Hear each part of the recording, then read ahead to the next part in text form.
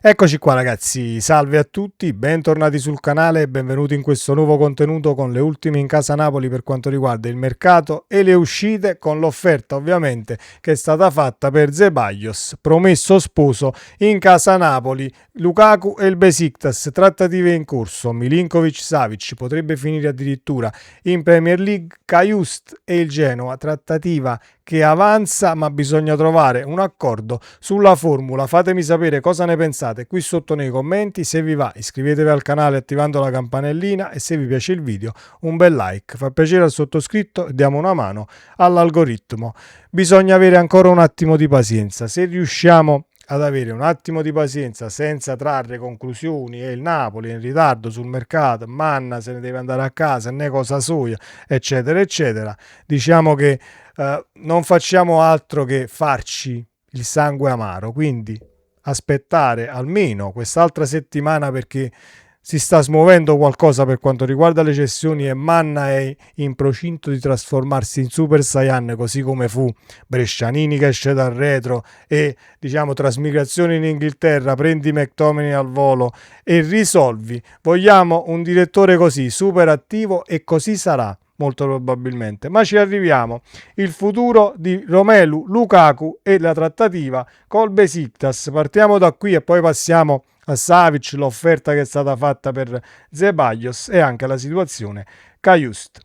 Il mondiale ha portato alla ribalta l'attaccante Romelu Lukaku, il quale non ha vissuto una stagione da ricordare con il Napoli tra l'infortunio e scelte tecniche di Antonio Conte. Il suo futuro a Napoli è stato ovviamente un flop quest'anno, ma è tutto da valutare. C'è un contratto ancora in un anno, con un anno di ingaggio da 8 milioni lordi. Massimiliano Allegri sta monitorando le prestazioni di Big Rom e vorrebbe averlo a disposizione per capire se ci sono i margini per tenerlo in rosa. Sull'attaccante c'è il Besiktas, tanto a quanto riporta Fanatic il Besiktas avrebbe pronto un'offerta per l'acquisto a titolo definitivo di Romelu Lukaku. La squadra di Italiano avrebbe allacciato già contatti con lo staff medico azzurro, a cui avrebbe chiesto la documentazione medica relativa al centravanti. Inoltre ha avuto contatti con l'agente di Big Rom, oltre che ovviamente al Napoli.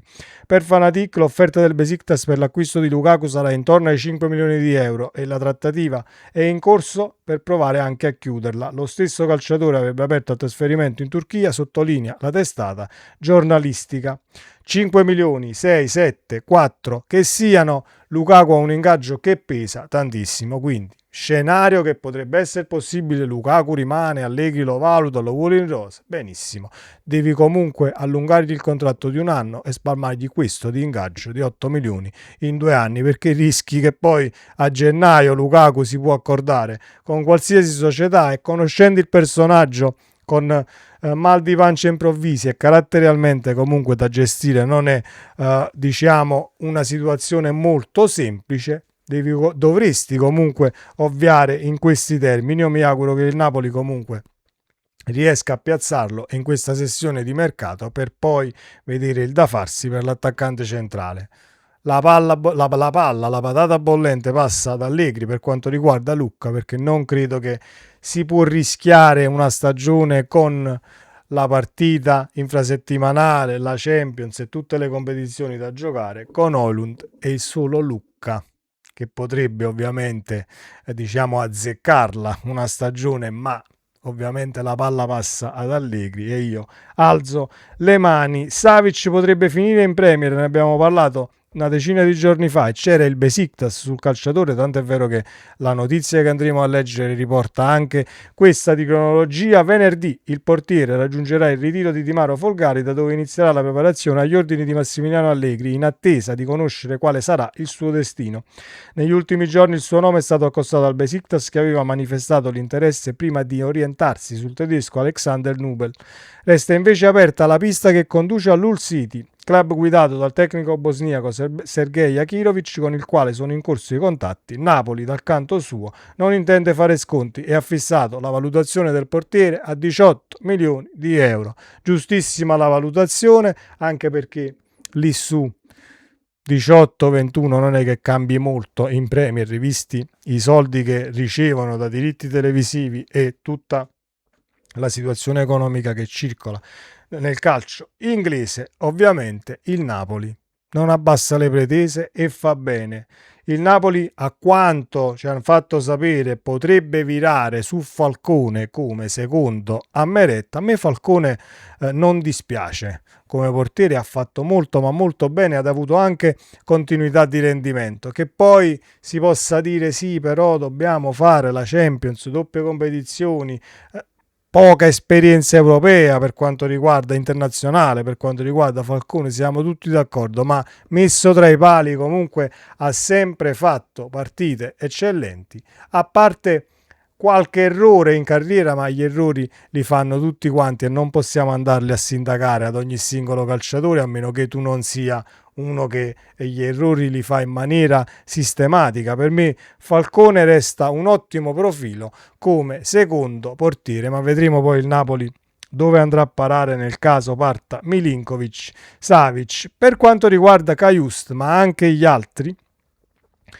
ci sono aggiornamenti per quanto riguarda la formula che non si trova con il Genoa. A proposito di cessioni, ce lo dice Pedulla su X, importante aggiornamento. Cajuste, il Genoa ci sta riprovando, manca l'accordo sulla formula, ma resta un obiettivo per il centrocampo. Probabile che alla base della mancata intesa c'entri il prestito secco o con diritto di riscatto richiesto dal club ligure, mentre il DS Giovanni Manna spinge invece per una cessione definitiva o al massimo con un riscatto obbligatorio a determinate condizioni.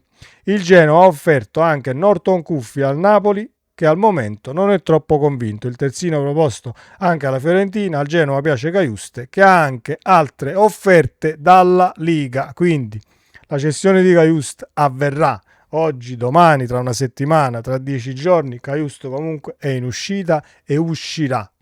Come abbiamo letto, Manna ci sta provando per incassare qualche soldino e non avere l'incombenza poi l'anno prossimo, nella prossima sessione di mercato, gennaio, giugno, che sia di un calciatore che torna, devi comunque riallacciare contatti, prestiti e quant'altro. Speriamo che riusciamo a chiudere a soldi con il Genoa per incassare i primi milioncini per quanto riguarda il mercato. Sappiamo che la trattativa di Zerbin è molto avanti con il Frosinone e quindi quasi fatta. Lindstrom e lo Schalke 04, stessa situazione, andrebbe volentieri in Bundesliga di nuovo e lo Schalke 04 comunque non dovrebbe far problemi perché vuole qualcuno per, diciamo, aumentare tra virgolette le proposte offensive e le situazioni e le soluzioni offensive.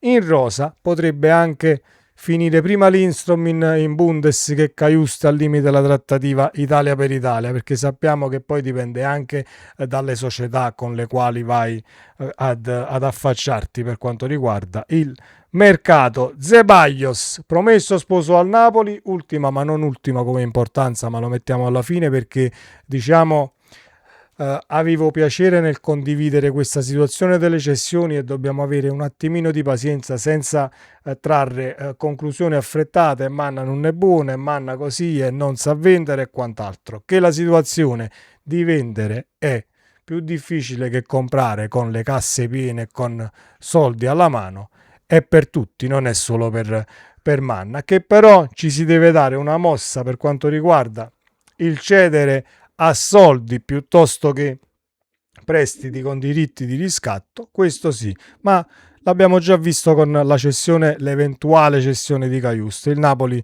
si sta, diciamo, mettendo in quella situazione nel cercare di far entrare quanti più soldi possibili da tutti i calciatori che non è che non sono in rosa, ma sono proprio fuori dai 30 calciatori oltre i 30, diciamo, che potrebbero essere valutati, gli altri 5 finire nella lista e quant'altro. Questi sono oltre i 30, quindi grande Manna e vai avanti e trasformati in Super Saiyan perché ti sta bene comunque, pure il capello biondo e queste trasmigrazioni tempo zero, Italia, Inghilterra, Spagna e quant'altro. Vai direttore. Ceballos, il Napoli ha offerto 10 milioni almeno, a quanto leggiamo, 10 milioni di euro, che sono 9 milioni di dollari, ma sta cercando di tirare un attimo anche sul prezzo, avendo il coltello in questo momento, sottolineiamo, dalla parte del manico, perché Ceballos in scadenza, perché Ceballos fuori rosa, e quindi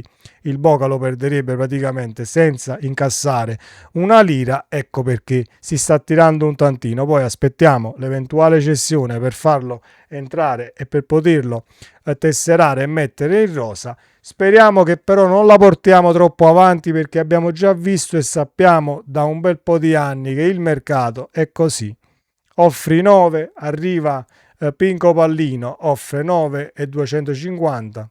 Vai dal 9 e 250, al di là del promesso, il Napoli è sul calciatore, il Napoli è avanti, eccetera, eccetera, eccetera. Certo, su questa trattativa dalla nostra abbiamo anche, diciamo, un attaccante in questo caso che sposa comunque la situazione: vado a giocare nello stadio di Diego, argentino, e quindi c'è anche questo da tenere in considerazione. Però non dobbiamo far sì che questi motivi diano agio a noi di diciamo accomodarci tranquillamente. È fatta, però senza ufficializzare non è fatto praticamente niente, e mi auguro che il Napoli anche qui comunque dia un'accelerata alla situazione. Fatemi sapere cosa ne pensate, qualcosa si muove, dobbiamo avere solo un attimo di pazienza, cercando di riuscire ad argomentarle alcune situazioni senza andare in sbattimento. Non ci va il direttore Manna, che